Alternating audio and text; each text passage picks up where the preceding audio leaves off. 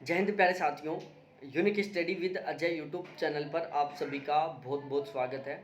और आज की इस क्लास में हम पढ़ने वाले हैं लवणता के बारे में। देखो, तापमान को मैंने कंप्लीट करवा दिया, तापमान हमारा कंप्लीट हो चुका है। अब हम लवणता पढ़ेंगे। देखो, लवणता का मतलब मैं एक छोटा सा एक देसी तरीके से समझा देता हूँ मैं।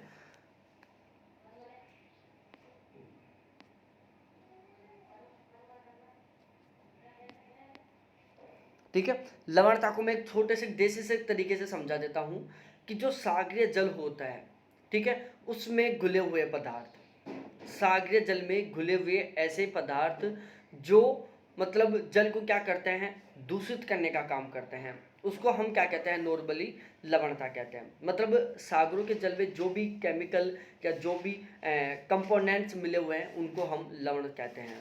क्या कहते हैं, लवण कहते हैं। जैसे सागरों का जल खारा होता है। क्यों होता है सागरों का जल खारा?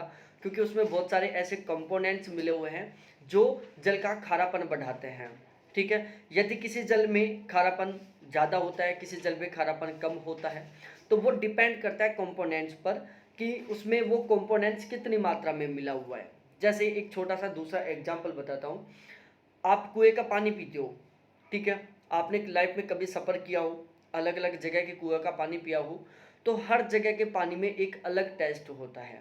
ठीक है, कहीं का पानी थोड़ा फीका लगता है, कहीं का पानी थोड़ा मीठा लगता है, कहीं का पानी थोड़ा खारा लगता है। ठीक है, तो पानी का खारा लगना, मीठा लगना, फीका लगना, ये सारा सब कुछ किस पे डिपेंड कर रहा है? कंप्लीटली डिपेंड कर रहा है कंपोनेंट्स पर जो उस पानी में मिले हुए हैं। ठीक है, और उन्हीं कंपोनेंट्स को हम क्या कहते हैं, लवण कह देते हैं। क्या कह देते हैं? लवण कह देते हैं। ठीक है, अब हम डिटेल से पढ़ने वाले हैं। सागरीय जल के भार एवं उसमें घुले हुए पदार्थों के भार के अनुपात को सागरीय लवणता कहते हैं। सागरीय जल का भार, सागर के जल का जो भार है वो, और उसमें घुले हुए पदार्थों का भार है, उसके अनुपात को हम लवणता कहते हैं। ठीक है, तो सागरीय जल का कुल भार और उसमें घुले हुए पदार्थों के भार के अनुपात को हम लवणता कहते हैं। क्या कहते हैं? उसको लवणता कहते हैं। सपोज डैट 5 किलो बटा 100 किलो बराबर कितनी वैल्यू आ गई भाई? इसको डिवाइड करो। 5 किलो बटा 100 किलो मल्टीप्लाई बाई 1000। 2 जीरो से 2 जीरो कट गई, ये 50 हो गया। क्या हो गया? 50 हो गया। ठीक है, तो इस तरीके से होता है। तो सागरीय जल का कुल भार तथा उसमें घुले हुए पदार्थों के भार का अनुपात। तो यदि हम इसको एक सूत्र के तरीके से लिखते हैं तो कैसे लिखेंगे? ऊपर लिखेंगे हम कि सागरीय जल में घुले हुए पदार्थ बटा सागरीय जल का कुल भार मल्टीप्लाई बाई 100। ठीक है, दोबारा से मैं रिपीट कर रहा हूँ। सागरीय जल में घुले हुए पदार्थों का भार बटा में कुल सागरीय जल का भार मल्टीप्लाई बाई 100, ये होगा सागरीय जल का जो फॉर्मूला है वो। लवणता का मापन प्रति 1000 ग्राम में किया जाता है। ठीक है, अब यहाँ पर मल्टीप्लाई में 100 नहीं आएगा, मल्टीप्लाई में 1000 आएगा, ध्यान में रखना। और जो सागरीय जल की लवणता है उसका मापन हम किस में करते हैं? प्रति 1000 ग्राम में करते हैं। प्रति 1000 ग्राम का मतलब क्या होता है कि देखो, जब लवणता का सूत्र लिखोगे तो यहाँ पर क्या लिखोगे आप? सागरीय जल में घुले हुए पदार्थों का भार बटा में कुल सागरीय जल का भार मल्टीप्लाई बाई 1000, इस तरीके से करोगे। तो ये क्या है? लवणता को किस में मापा जाता है? प्रति ग्राम, प्रति 1000 ग्राम में मापा जाता है। किस में मापा जाता है? प्रति 1000 ग्राम में मापा जाता है। और इसका सूत्र कुछ इस तरीके से होता है।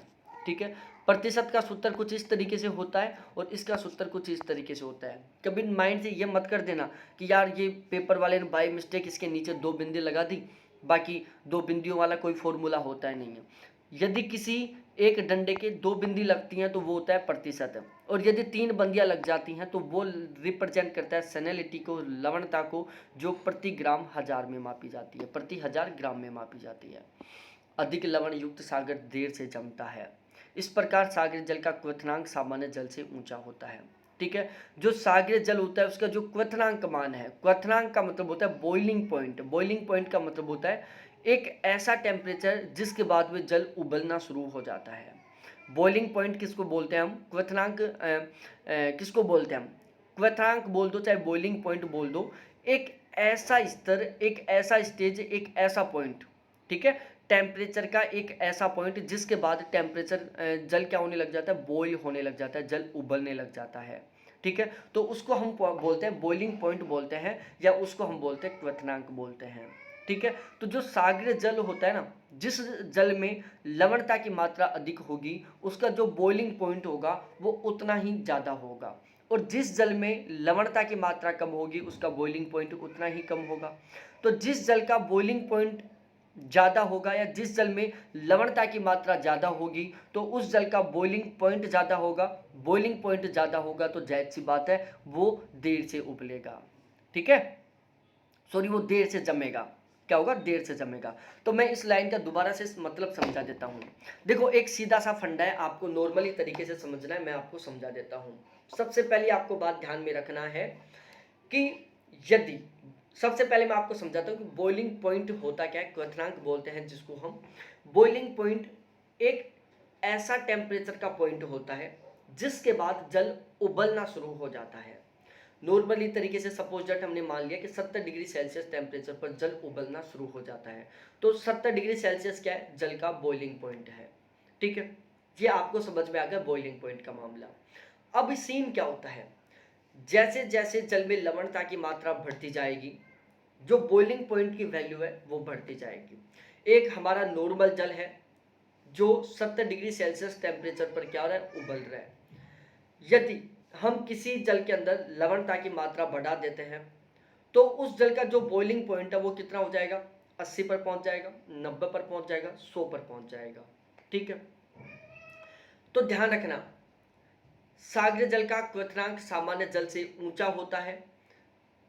लवण युक्त जो जल होता है वो देरी से जमता है। ठीक है ना, एक तो सामान्य जल को जमाओ आप फ्रिज में रखकर, और एक लवणता युक्त जल को जमाओ आप फ्रिज में रखकर, तो जो लवणता युक्त जल है ना वो क्या होगा? देरी से क्या होगा? जमेगा। आप एक्सपेरिमेंट कर सकते हैं। एक 2 गिलास लो, एक गिलास में आप नॉर्मल पानी भर दो, दूसरे गिलास में भी आप नॉर्मल पानी भरो और उसमें 5 चम्मच नमक के डाल दो, जो आपका घर का सीधा सिंपल नमक है ना वो डाल दो, उसको मिक्स करो और फ्रिज में रख दो, और आप खुद एक्सपेरिमेंट करो। जिस जल में आपने नमक मिक्स किया वो बहुत बाद जमेगा, जबकि जो जल विदाउट नमक का है, जो बिल्कुल सिंपल बिल्कुल प्योर वाटर है, वो तुरंत जम जाएगा। चैलेंजर अभियान जो कि 1884 में हुआ था, उसके दौरान डिटमर महोदय ने टोटल 47 टाइप्स के लवणों की खोज की थी। ठीक है, चैलेंजर अभियान जो कि 1884 में हुआ था, इसके दौरान डिटमर महोदय ने टोटल 47 प्रकार के लवणों की खोज की थी।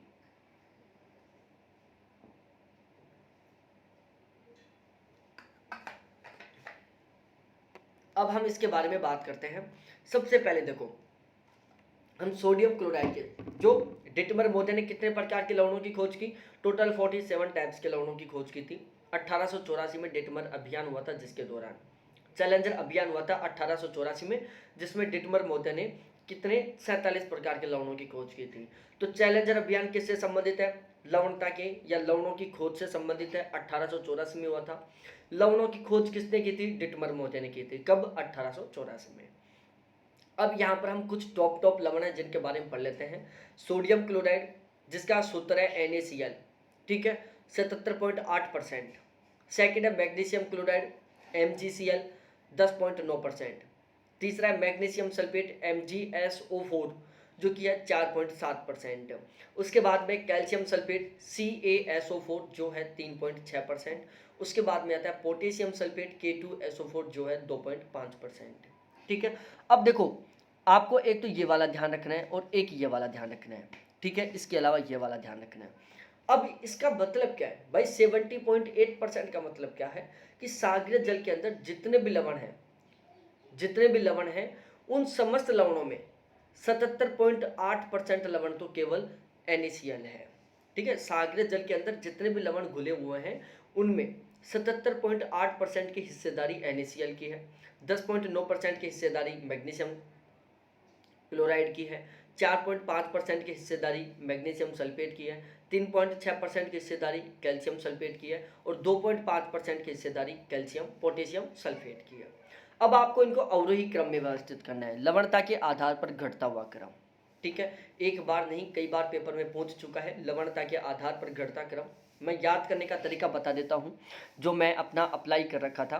देखो, सबसे पहले तो आपको पता होना चाहिए NaCl, ये तो आपको याद करना ही पड़ेगा।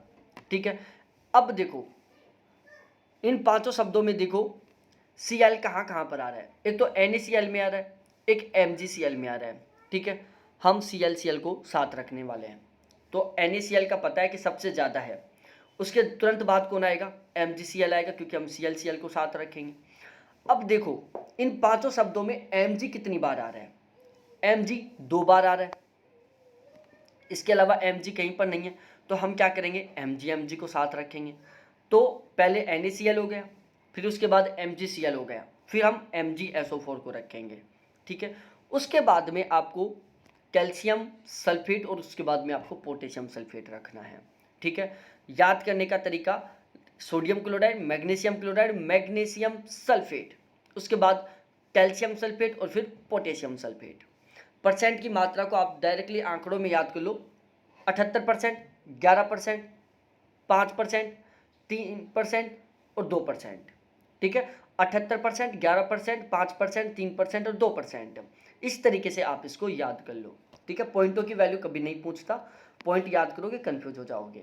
ये इसका सूत्र है कि ग्राम सॉल्ट बटा केजी सौ सॉल्ट, ठीक है। लवणता का सूत्र क्या है, ग्राम सॉल्ट बटा में केजी सी सॉल्ट, सॉल्ट की मात्रा ग्राम में बटा कंप्लीट सॉल्ट किस में, किलोग्राम में। ये इसका नॉर्मल सा सूत्र है, इसको आप ऐसे कैसे एज इट इज याद कर लेना। अब हम बात करते हैं सोर्स ऑफ लवणता, लवणता के कौन कौन से सोर्स हैं, लवणता के कौन कौन से सोर्स हैं, उनके बारे में यहाँ पर हम पढ़ने वाले हैं। देखो आप ऐसे भी याद कर सकते हो लवणता का सूत्र कि जल में घुले हुए लवणों की मात्रा बटा कुल सागरीय जल में लवणों की मात्रा, या सॉरी, लवणता का सूत्र क्या होगा कि सागरीय जल में घुले हुए लवणों की मात्रा बटा कुल सागरीय जल की मात्रा मल्टीप्लाई बाई 1000, 100 नहीं आएगा, 1000 आएगा। ये बात आपको बहुत अच्छे से ध्यान में रखनी है, 1000 आएगा ना कि 100। सागरीय, अब लवणता के स्रोत क्या क्या हो सकते हैं, देखो लवणता के स्रोत दो होंगे, दो तीन होंगे, क्या क्या होंगे, या तो कुछ बाह्य स्रोत हो सकते हैं या कुछ आंतरिक स्रोत हो सकते हैं। बाह्य स्रोतों में क्या क्या हो सकता है कि जैसे कोई नदी बह रही है, अपने साथ लवण ले गई, महासागर में डाल दिया, ठीक है। कोई हिमानी है, अपने साथ लवण लेके आ रही है, उसमें डाल दी, किसमें, महासागर में डाल दी। कोई पवन बह के आ रही थी और पवन के साथ क्या थी, बहुत सारी धूल मिट्टी थी, पवन में लवण घुले हुए थे, लवणों को लाकर महासागर में उड़ेल दी, ठीक है। हो सकता है कि कहीं पर ज्वालामुखी आया हो, ज्वालामुखी की राख किसी भी तरीके से महासागर में पहुंच गई हो सकता है किसी ने ट्रक भर के गंदगी ले जाके और महासागर में डाल दी हो, और उस जल में, उस ट्रक में क्या हो, लवणों की मात्रा ज़्यादा हो, ठीक है। तो ये मल्टीपल टाइप के हैं। सागर के अंदर से भी लवणता बढ़ सकती है, जैसे सागर के अंदर कोई ज्वालामुखी आ गया और उस ज्वालामुखी का जो लावा था उसमें लवण की मात्रा ज़्यादा थी, लवणता बढ़ गई, ठीक है। तो इस तरीके से सागर के अंदर जो लवणता का स्रोत है वो आंतरिक भी हो सकता है और वो बाह्य भी हो सकता है। क्या हो सकता है, बाह्य स्रोत भी हो सकता है, वो आंतरिक स्रोत भी हो सकता है। आंतरिक स्रोत में सागर के अंदर आने वाली ज्वालामुखी वगैरह हो जाते हैं। बाह्य स्रोतों में कोई भी बाह्य फैक्टर हो सकता है, ज्वालामुखी भी बाह्य फैक्टर के रूप में काम कर सकता है कि राख उड़कर चली गई, नदी बहा कर लेके चली गई, पवन उड़ा कर लेके चली गई, किसी ने ले जाकर डाल दिया, बहुत सारे कारण हो सकते हैं। अब यहाँ पर देखो नदियाँ सागर में लवण पहुँचाने वाले कारकों में सबसे बेस्ट, सबसे टॉप लेवल पर होती हैं। सागरों के अंदर जो लवणता पहुँचाने वाले जो फैक्टर है ना, उसमें पहली पोजीशन रखता है हमारा नदियाँ, ठीक है। नदियों द्वारा लाए गए लवणों में कैल्शियम की मात्रा 60% होती है। सागरीय जल में सोडियम क्लोराइड की मात्रा 77% होती है। नदियों में सोडियम जो क्लोराइड है, जो NaCl है, उसकी मात्रा 2% होती है। अब यहाँ पर आपके सामने टोटल 4 फैक्ट हैं, चारों के चारों फैक्टर आपको पता होना चाहिए, चारों के चारों फैक्ट आपको पता होना चाहिए। सबसे पहला फैक्ट लिखा हुआ है कि नदियों सागर में लवण पहुंचाने वाले सर्वप्रमुख कारक हैं। क्वेश्चन आ जाए कि सागरों में लवणता का सबसे प्रमुख स्रोत क्या है, तो नदी है। नदियों द्वारा लाए गए लवण में कैल्शियम की मात्रा 60% होती है। सागरीय जल में सोडियम क्लोराइड की मात्रा 77% होती है और नदियों के जल में सोडियम क्लोराइड की मात्रा ओनली 2% होती है। ये कुछ फैक्ट हैं। पहला फैक्ट है कि लवणता पहुंचाने में नदियों का सर्वप्रमुख स्थान होता है। नदियों द्वारा लाए गए लवण में कैल्शियम की मात्रा 60% होती है।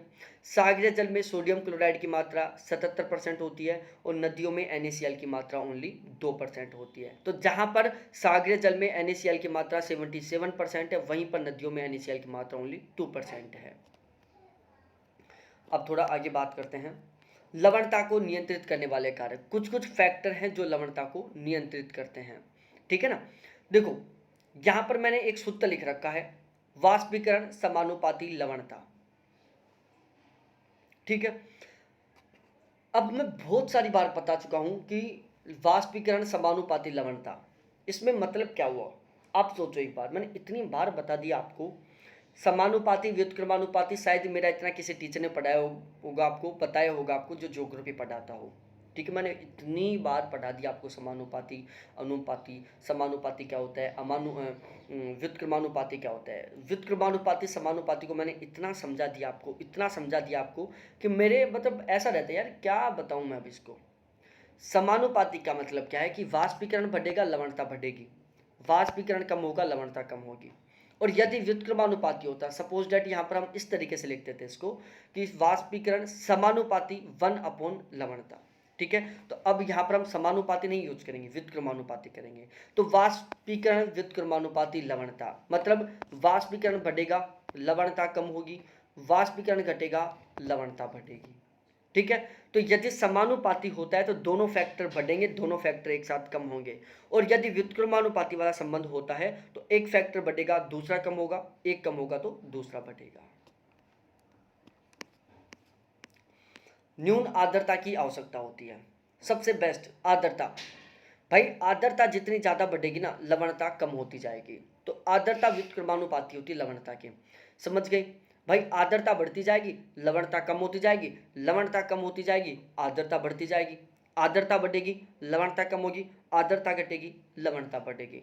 तो आर्द्रता व्युत्क्रमानुपाती लवणता, वर्षा का जल व्युत्क्रमानुपाती लवणता। देखो एक चीज आपको ध्यान में रखना है, जो शुद्ध जल होता है ना वो लवणता को सबसे ज्यादा प्रभावित करता है। अब शुद्ध जल आप सोचोगे कैसे करता है, मैं समझाता हूं आपको। भाई ये 1 लीटर जल है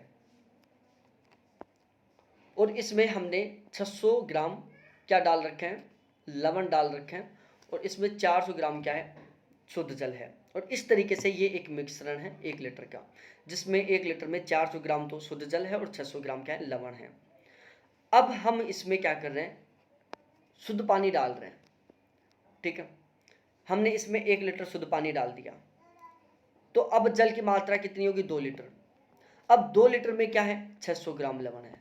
ये 600 ग्राम लवण पहले कितने में थे, 1 लीटर में जल में थे, अब ये 2 लीटर जल में है। तो क्या हुआ, लवणता ऑटोमेटिकली कम हो गई ना। भाई आपके दिमाग में बुराई घुसी हुई है, उसमें यदि मैं एक मोटिवेशनल बात बोल दूं, एक पॉजिटिव बात बोल दूं, तो आपकी क्या होगी, थोड़ी बहुत बुराइयां दिमाग की हट जाएंगी, ठीक है। तो बस आपको यह ध्यान में रखना है कि यदि किसी भी तरीके से शुद्ध जल मिल रहा है ना तो वो लवणता को कम करेगा ही, ठीक है। अब शुद्ध जल क्या क्या हो सकता है भाई, नदियों का जल शुद्ध होता है, बरसात का जल शुद्ध होता है, वाष्प का जल शुद्ध होता है, ओस का जल शुद्ध होता है। भाई ओस पड़ती है उसका जल शुद्ध होता है, तो ओस का जल लवणता को व्युत्क्रमानुपाती रूप से प्रभावित करेगा।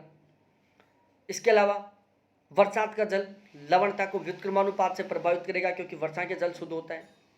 इसके अलावा नदियों का जल शुद्ध होता है तो नदियों का जल भी व्युत्क्रमानुपाती रूप से प्रभावित करेगा लवणता को।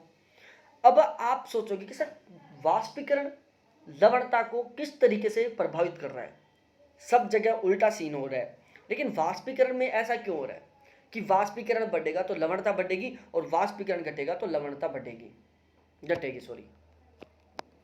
यहाँ पर ये उल्टा सीन क्यों हो रहा है, आपके दिमाग में आया होगा क्वेश्चन कि सर वाष्पीकरण बढ़ा तो लवणता बढ़ गई, ठीक है, वाष्पीकरण कम हुआ तो लवणता कम हो गई, ऐसा क्यों हो रहा है।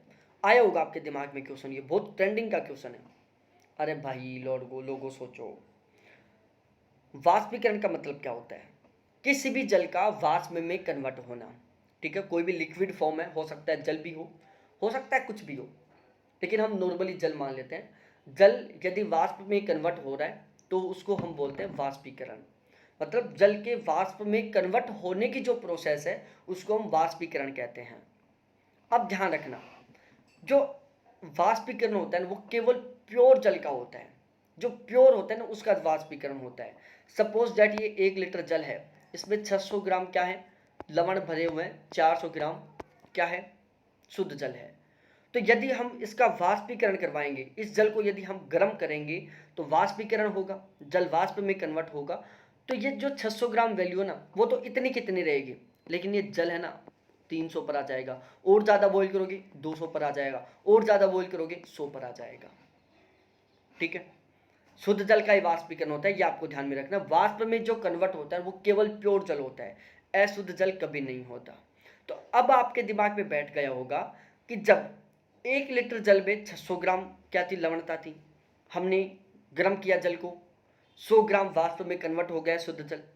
अब 900 ग्राम जल में 600 ग्राम लवण है, और गर्म किया हमने, फिर 800 ग्राम जल में 600 ग्राम लवण हो गए, फिर और गर्म किया, 700 ग्राम जल में 600 ग्राम लवण हो गए, फिर और ज़्यादा गर्म किया, पूरा पूरा जल गायब, 600 के 600 ग्राम लवण बच गए। तो अब बताओ आनुपातिक रूप से लवणों की मात्रा क्या होती जा रही थी, बढ़ती जा रही थी। ठीक है, यहां पर लवण क्या था, वाष्पीकरण क्या था, सबसे कम था, इसलिए लवण कम थे। यहां पर हमने वाष्पीकरण सबसे तेज कर दिया तो लवणता सबसे ज्यादा हो गई, क्योंकि केवल लवण बच गए, शुद्ध जल सारा गायब हो गया। ठीक है, तो यह बात आपको समझ में आई कि नहीं आई, पहले एक बात बताओ ये। तो अब मैं ज़्यादा नहीं बोलूँगा, केवल इतना बताऊंगा कि किसी भी तरीके से जल के अंदर सागरीय जल में यदि शुद्ध जल मिल रहा है तो वो लवणता को व्युत्क्रमानुपाती रूप से प्रभावित करेगा, चाहे वो ओस का जल हो, चाहे वो कोहरा का जल हो, चाहे वो वाष्प का जल हो, चाहे वो आर्द्रता का जल हो, चाहे वो नदी का जल हो, चाहे वो हिमानी का जल हो, चाहे वो बर्फ का टुकड़ा हो, चाहे उसमें आप शुद्ध जल ले जाकर डालो किसी भी तरीके से, चाहे वो नदी पहुँचाए, चाहे वो हवा से बहकर जाए जल। ठीक है, वायुदाब एवं वायु दिशा लवणता को प्रभावित करती हैं। वायुदाब और वायु दिशा लवणता को प्रभावित करती हैं। अब ये एक अलग तरीके से प्रभावित करती हैं। इसमें एक नोट में लिखी हुई है बात कि प्रतिचक्रवातीय दशाएं स्थिर पवने उच्च तापमान के साथ लवणता में उच्च वृद्धि ला होती है। अयनवर्ती क्षेत्रों में उपयुक्त दशाओं के कारण उच्च लवणता पाई जाती है। प्रतिचक्रवाती दशाएं, सबसे पहले ये कॉन्सेप्ट क्लियर करो कि प्रतिचक्रवाती दशाएं क्या होती हैं। प्रतिचक्रवाती दशाएं उस क्षेत्र में होती है जहां का जो वायु दाब है वो उच्च होता है, क्योंकि चक्रवात क्या होते हैं, निम्न वायुदाब के केंद्र होते हैं, प्रतिचक्रवात उच्च वायुदाब के केंद्र होते हैं। तो हमें प्रतिचक्रवाती दशाएं वहां देखने को मिलेंगी जहां का जो वायुदाब है वो क्या है, उच्च है। स्थिर पवने, स्थिर पवने कौन सी होती है, स्थायी पवने होती है जो रेगुलर एक दिशा में बहती रहती हैं। उच्च तापमान हाई टेम्परेचर के साथ लवणता में वृद्धि होती है। ठीक है, यदि प्रतिचक्रवाती दशा है मतलब उच्च वायुदाब है, स्थायी पवनें बह रही हैं और हाई टेम्परेचर है, तो इस स्थिति में क्या होगी, लवणता बढ़ेगी। और इसी वजह से अयनवर्ती क्षेत्रों में उच्च लवणता पाई जाती है। अब बहुत सारे लोगों को तो पता ही नहीं होगा सर अयनवर्ती क्षेत्र कौन सा है। अरे भाई, कर्क रेखा और मकर रेखा के बीच का जो क्षेत्र होता है, 23.5 डिग्री उत्तर से 23.5 डिग्री दक्षिण, 23.5 डिग्री उत्तर से 23.5 डिग्री दक्षिण के जो बीच का क्षेत्र है, जिसमें विषुवत रेखा भी शामिल है। ठीक है, तो 23.5 डिग्री उत्तर से 23.5 डिग्री दक्षिण के जो बीच का क्षेत्र उसको हम बोलते हैं अयनवर्ती क्षेत्र। अयनवर्ती क्षेत्र में उच्च लवणता पाया जाने का 3 कारण, पहला उच्च वायुदाब की दशा, दूसरा स्थिर पवने स्थायी पवनों का बहना, और तीसरा हाई टेम्परेचर का होना। सागरीय जल की गतियाँ, सागरीय जल की गतियाँ सबसे ज़्यादा प्रभावित करेंगी भाई। अरे भाई, सपोज डैट, मैं समझा रहा हूँ फिर से।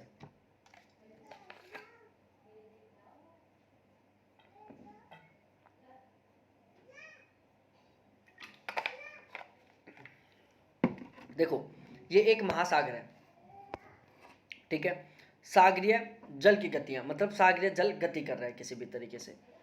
इस क्षेत्र में बहुत ज़्यादा लवण थे, इस क्षेत्र में बहुत कम लवण है, ये लो लवण वाला है, ये हाई लवण वाला है।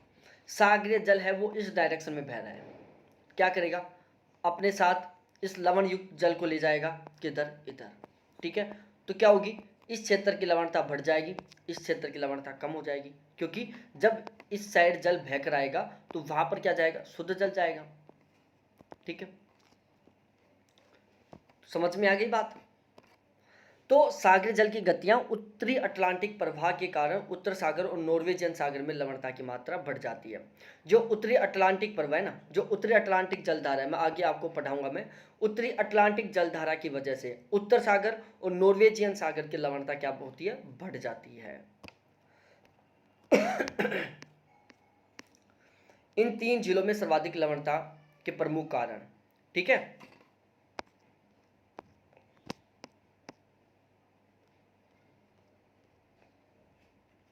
ये क्या हुआ सीन?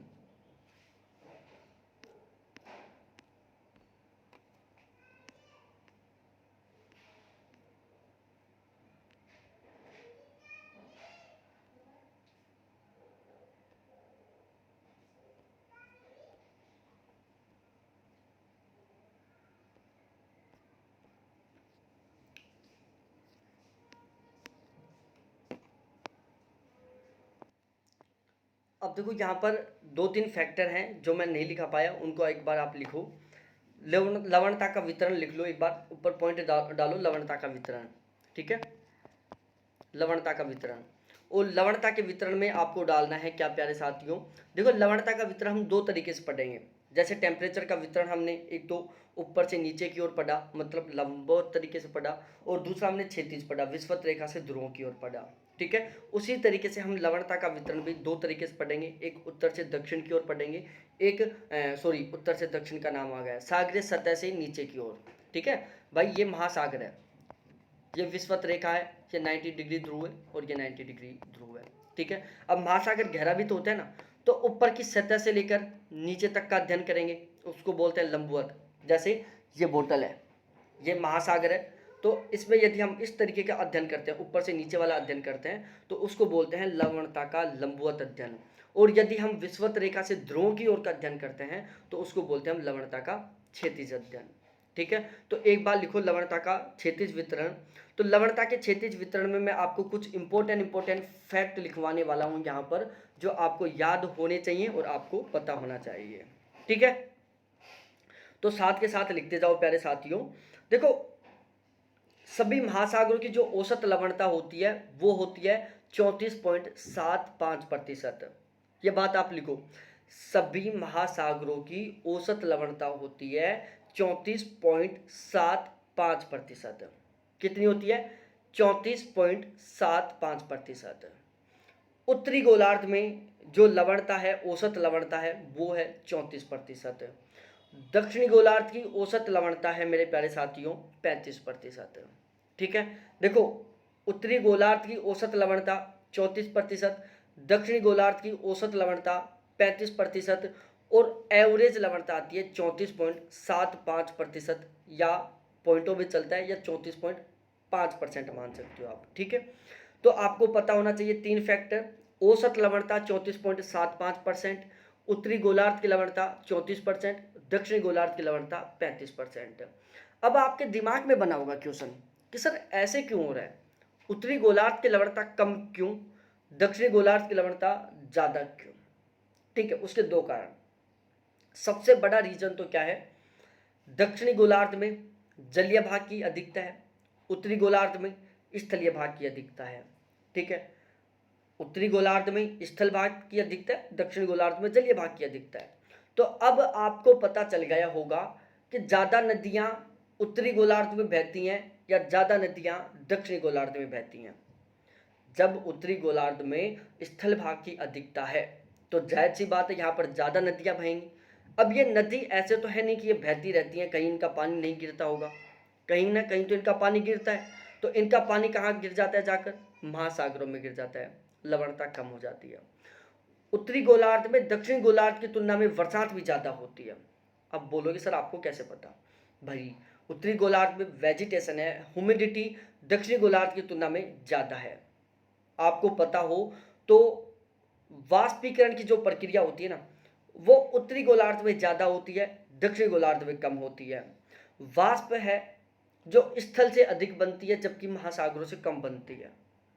ओवरऑल यदि हम ह्यूमिडिटी की बात करें, ओवरऑल वाष्पीकरण की बात करें ना, तो उसमें सबसे ज़्यादा योगदान होता है स्थलीय ह्यूमिडिटी का, और कम योगदान होता है महासागरीय ह्यूमिडिटी का।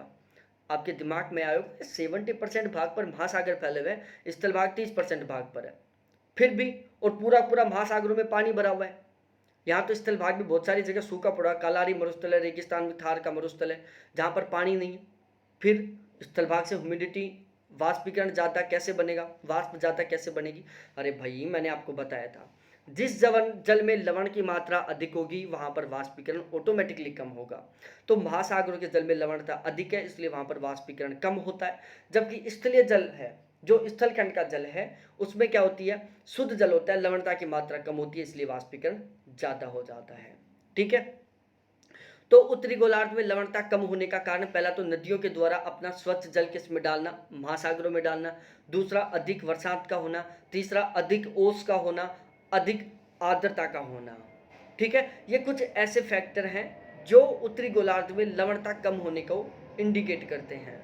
ठीक है, हिमखंड भी उत्तरी गोलार्ध में दक्षिण गोलार्ध की तुलना में ज़्यादा ही होंगे। तो इस तरीके से ये सारे फैक्टर हैं। उसके बाद में बात करूँ, अब आपके दिमाग में आ रहा होगा एक क्वेश्चन, चलो मैं आपको आगे बताएंगे, वो चीज़ पर आगे डिस्कस करेंगे। अब इसके अलावा लिखो प्यारे साथियों,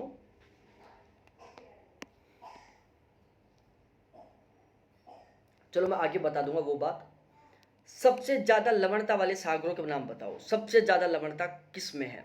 यहाँ से क्वेश्चन बनता है, आपको दिमाग में सेट कर लेनी है ये बात कि अब मैं जो लाइन बोलने वाला हूँ ना, वहाँ से क्वेश्चन बनता है कि सबसे ज़्यादा लवणता कौन सी झील की है, कौन से सागर की है। टर्की की लैकवोन झील है जिसकी लवणता 330 है।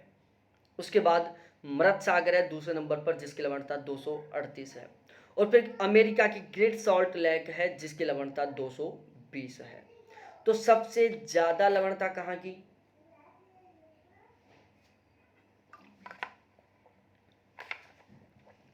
सबसे ज़्यादा लवणता कहाँ की? टर्की की लैकवोन की 330। दूसरा नंबर पर आता है मृत सागर जो कि 238। फिर उसके बाद तीसरे नंबर पर आता है अमेरिका की ग्रेट सॉल्ट लेक जिसकी 220 है।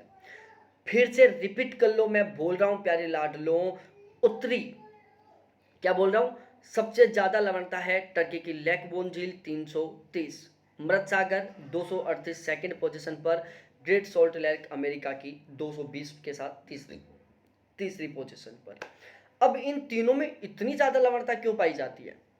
ऐसे क्या क्या कारण हैं जिसकी वजह से इन तीनों में सबसे ज़्यादा लवणता पाई जाती है?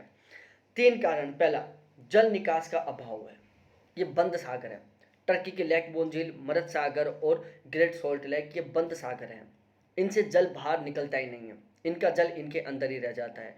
तो मैंने आपको बताया था ना, खुले सागर का टेम्परेचर होता है वो बंद सागर की तुलना में क्या होता है, कम होता है। क्योंकि खुले सागर में क्या हो रहा है, जल बाहर निकल रहा है, बाहर का जल अंदर आ रहा है।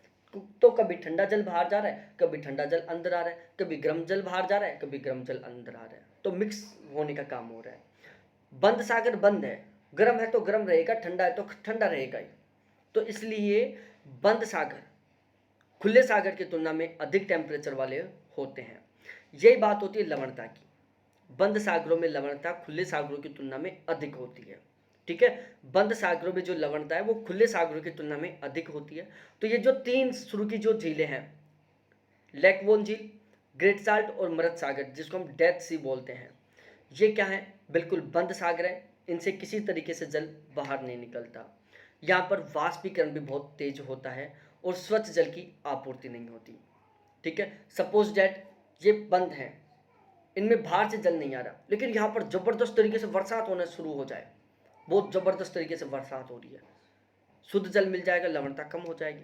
तो ये 3 ऐसे फैक्टर हैं, शुद्ध जल का न मिल पाना, तेजी से वाष्पीकरण का होना और जल निकास का अभाव होना, जिसकी वजह से लैकवोन झील में, मृत सागर में, ग्रेट सॉल्ट लेक में लवणता अधिक पाई जाती है।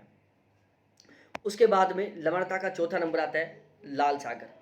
लाल सागर की जो लवणता है वो 37 से 41 की ओर है। अब आपके दिमाग में आ रहा होगा कि यार 37 से 41 की ओर क्यों, लाल सागर की लवणता 37 से 41 की ओर क्यों? देखो, आपने एक मानचित्र देखा होगा, जब हम मानचित्र बनाते हैं तो हम इस तरीके से बनाते हैं। ठीक है, यहाँ पर हमारा हिंद महासागर है, ठीक है, यहाँ पर हमारा भूमध्य सागर है, यहाँ पर हमारा लाल सागर है। ठीक है, अब लाल सागर का जो दक्षिणी भाग है इसकी लवणता होती है 37% और उत्तरी भाग की लवणता होती है 41%। यहां से क्वेश्चन बन चुका है प्यारे लाडलो, आखिर क्यों? पहली बात तो ये ध्यान में रखना कि लाल सागर के दक्षिणी भाग की लवणता 37% और उत्तरी भाग की लवणता 41% होती है। ठीक है, अब आखिरकार क्यों होती है? अब देखो भाई साहब, वही फंडा आ गया यहाँ पर। उत्तरी भाग क्या बंद है, दक्षिणी भाग खुला है, किसके साथ? हिंद महासागर के साथ। ठीक है, तो लाल सागर का दक्षिणी भाग किसके साथ मिला हुआ है? हिंद महासागर के साथ मिला हुआ है, जिसकी वजह से यहाँ पर जल क्या होता रहता है? मिक्स होता रहता है, और इसी वजह से यहाँ की लवणता 37% कम होती है। जबकि लाल सागर का जो उत्तरी भाग है वो बंद सागर के रूप में अपनी भूमिका निभाता है, इसलिए यहाँ पर बाह्य जल के साथ किसी तरीके का मिलाप नहीं होता, तो यहाँ की लवणता ज़्यादा होती है। ठीक है, तो समझ में आ गया ना? लाल सागर के दक्षिणी भाग की लवणता 37, उत्तरी भाग की लवणता 41। दक्षिणी भाग में लवणता कम होने का सबसे बड़ा कारण क्या है? क्या है मेरे प्यारे लाडलो? बाह्य जल का ना मिल पाना। ठीक है, सॉरी, बाह्य जल के मिल पाने की वजह से, बाह्य जल के मिल पाने की वजह से क्या होता है? लाल सागर के दक्षिणी भाग की लवणता कम होती है। लाल सागर के उत्तरी भाग की लवणता अधिक क्यों होती है? क्योंकि बाह्य जल नहीं मिल पाता। लाल सागर का दक्षिणी भाग हिंद महासागर से अटैच है, जल मिक्स होता रहता है, लवणता कम है। ठीक है, भूमध्य सागर में लवणता 37 से 39% पाई जाती है। फारस की खाड़ी में लवणता 37 से 38% पाई जाती है। जापान सागर में लवणता 30 से 34% पाई जाती है। बाल्टिक सागर में लवणता 3 से 15% पाई जाती है। हडसन की खाड़ी में लवणता 3 से 15% पाई जाती है। काला सागर में लवणता 15 से 18% पाई जाती है। तो ये है सबसे कम लवणता वाले सागर। ठीक है, सबसे कम लवणता बाल्टिक सागर में पाई जाती है 3 से 15, हडसन की खाड़ी में 3 से 15 और काला सागर में 15 से 18% पाई जाती है।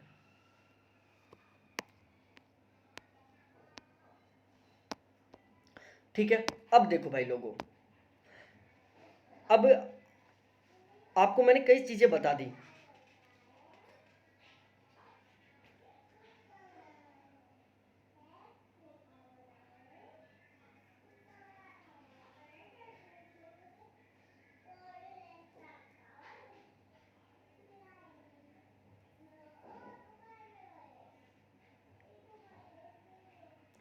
अब देखो, हिंद महासागर की जो लवणता होती है वो 35% होती है, यह भी आपको लिख लेना है। 35% होती है हिंद महासागर की लवणता। अब मैंने आपको बताया लवणता के बारे में, अच्छे से मैंने समझा दिया कि लवणता को किस तरीके से क्या होता है, क्या सीन होता है। अब आपको बताना है कि सबसे ज़्यादा लवणता किस साइड होती है, सबसे कम लवणता कहाँ पर होती है। 36 तरीके से बताना है आपको। ठीक है, तो आपको ध्यान रखना है। अब मैं समझा देता हूँ कि लवणता कम कहाँ पर होती है और लवणता ज़्यादा कहाँ पर होती है।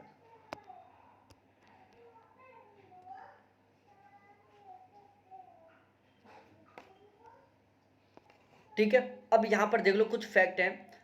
उत्तरी गोलार्ध की मैक्सिमम लवणता पाई जाती है 20 से 40 डिग्री उत्तरी अक्षांशों के बीच में 36%। दक्षिणी गोलार्ध में अधिकतम लवणता पाई जाती है 10 से 30 डिग्री दक्षिणी अक्षांशों के बीच में 36%।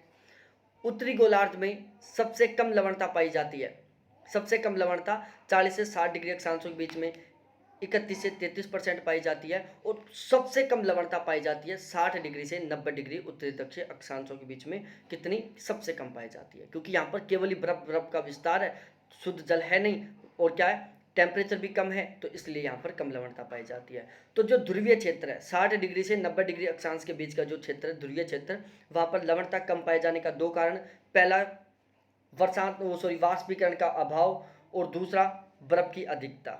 ठीक है, वाष्पीकरण का कम होना, बर्फ की अधिकता के कारण क्या होता है, लवणता कम रहती है। अब आप बोलोगे बर्फ की अधिकता के कारण लवणता कैसे? अरे भाई साहब, बर्फ पिघलती रहती है, तो बर्फ में क्या होता है, बिल्कुल शुद्ध जल होता है, शुद्ध जल मिक्स होता रहता है। ठीक है, तो बर्फ पिघलेगी, शुद्ध जल मिलेगा, लवणता कम होगी, वाष्पीकरण कम हो रहा है, लवणता कम होगी। अब हम बात करते हैं यहाँ पर लवणता का अवरोही क्रम। ठीक है, लवणता का अवरोही क्रम ध्यान से सुनना भाई साहब। अब आपके दिमाग में आएगा, बिल्कुल एज इट इज ये क्वेश्चन आता है, एक बार नहीं बहुत सारी बार ये क्वेश्चन पूछ चुका है, तो ये आपको बहुत अच्छे से पता होना चाहिए प्यारे साथियों। ठीक है, बहुत सारी बार पूछ चुका है ये क्वेश्चन, तो ये चीजें आपको पता होनी चाहिए। अब मैं समझाता हूं कैसे क्या सीन है। एक बार आप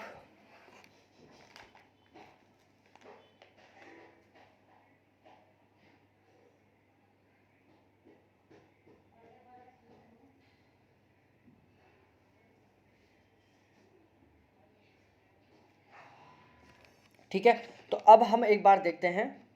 ठीक है, तो एक बार एक चीज़ लिखो आप, मैं यहाँ पर लिखवा रहा हूँ आपको। ठीक है,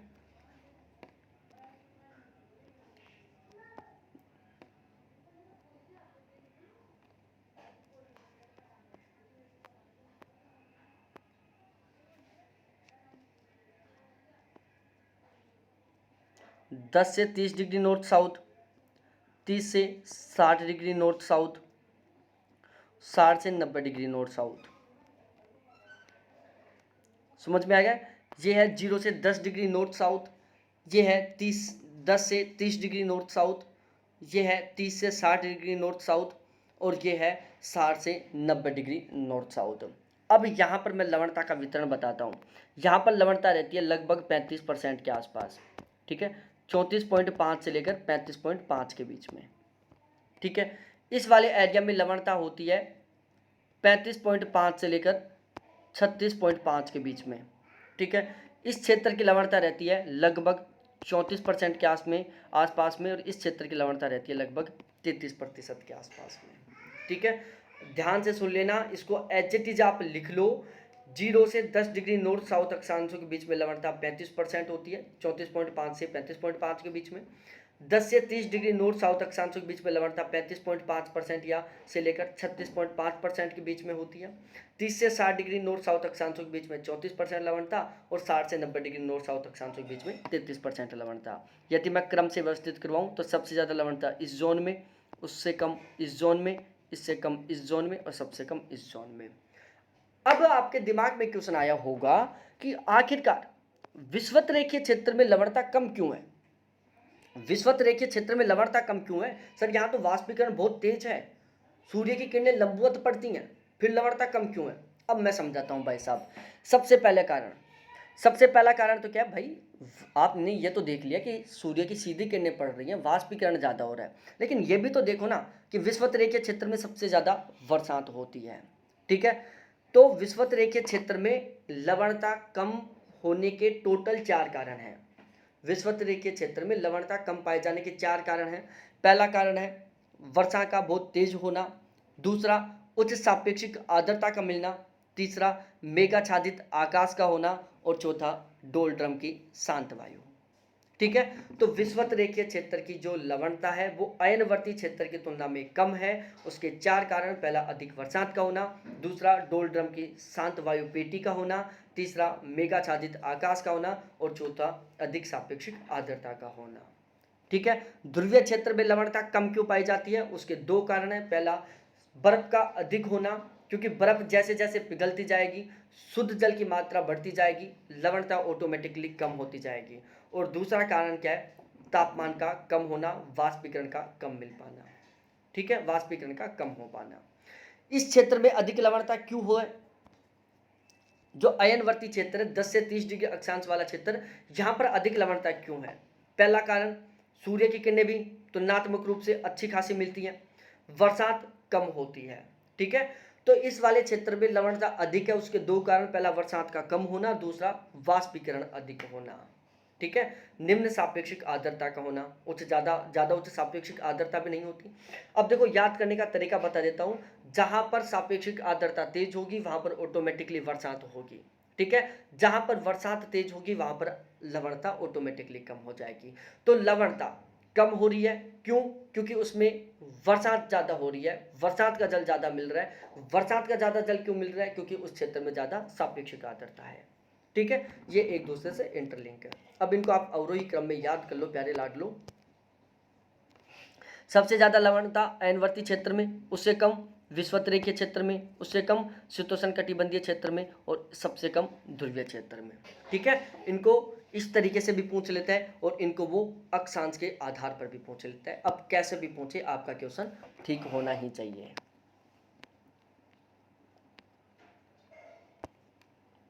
लवणता का लंबवत वितरण, उच्च अक्षांशों में गहराई बढ़ने पर लवणता बढ़ती जाती है। जैसे जैसे हम उच्च अक्षांशों की ओर जाते जाएंगे तो जैसे जैसे गहराई बढ़ती जाएगी लवणता ऑटोमेटिकली बढ़ती जाएगी। मध्य अक्षांशों में लवणता 200 फेदम की गहराई तक बढ़ती है, उसके बाद घटने लग जाती है। विषुवतीय क्षेत्रों में वर्षा के कारण सतह के जल की लवणता कम होती है, सतह के ठीक नीचे लवणता अधिकतम होती है, उसके पश्चात गहराई के साथ लवणता घटती जाती है। ठीक है, अब देखो एक एक को मैं समझाता हूँ। उच्च अक्षांशों में गहराई बढ़ने पर लवणता बढ़ती है। क्यों?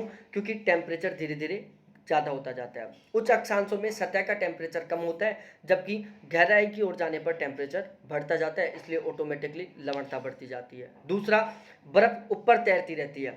बर्फ जमीन, भाई एक गिलास लो आप, ये गिलास लिया आपने, इसमें बर्फ का टुकड़ा डालो, बर्फ कहाँ रहेगी? बिल्कुल ऊपर रहेगी, ऊपर ही रहेगी ना बर्फ। ऐसे तो नहीं ना बर्फ नीचे जाके जम जाएगी, नहीं जमेगी। आप ट्राई कर लो, एक गिलास लो, गिलास में आप बर्फ का टुकड़ा डालो, बर्फ ऑटोमेटिकली ऊपर तैरने लग जाएगी। ठीक है, तो जब बर्फ ऊपर तैर रही है, वो पिघल रही है, तो पानी सबसे ज़्यादा कहाँ पर मिल रहा है? ऊपरी सतह पर ही मिल रहा है वो शुद्ध पानी। लवणता ऑटोमेटिकली कम हो गई। टेम्परेचर कम मिल रहा है, ऑटोमेटिकली कम हो गई। ऊपरी सतह का तापमान कम होता है, इसलिए सतह का लवणता कम होती है।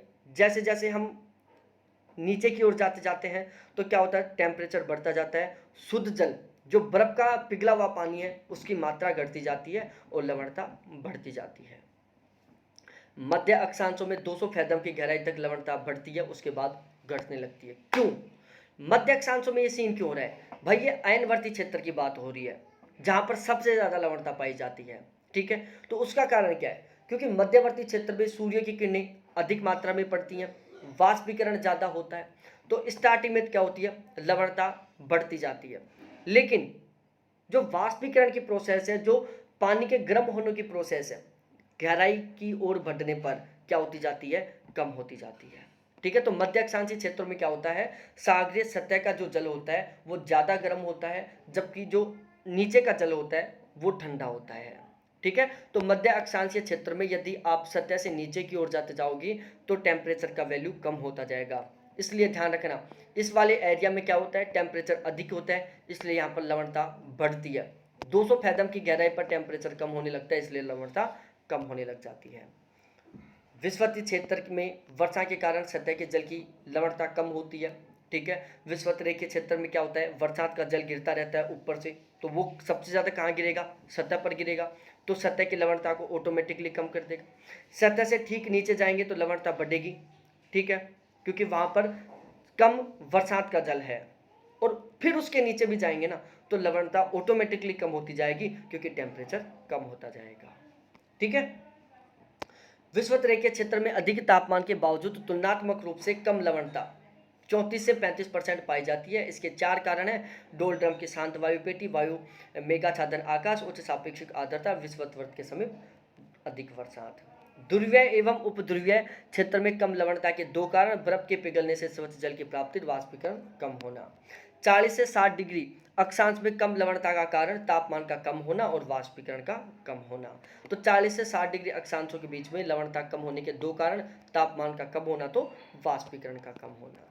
ठीक है, तो अब ये सारे के सारे आपके डाउट क्लियर हो गए होंगे बहुत अच्छे से, क्योंकि मैंने बहुत अच्छे से इनको समझाने की कोशिश की है।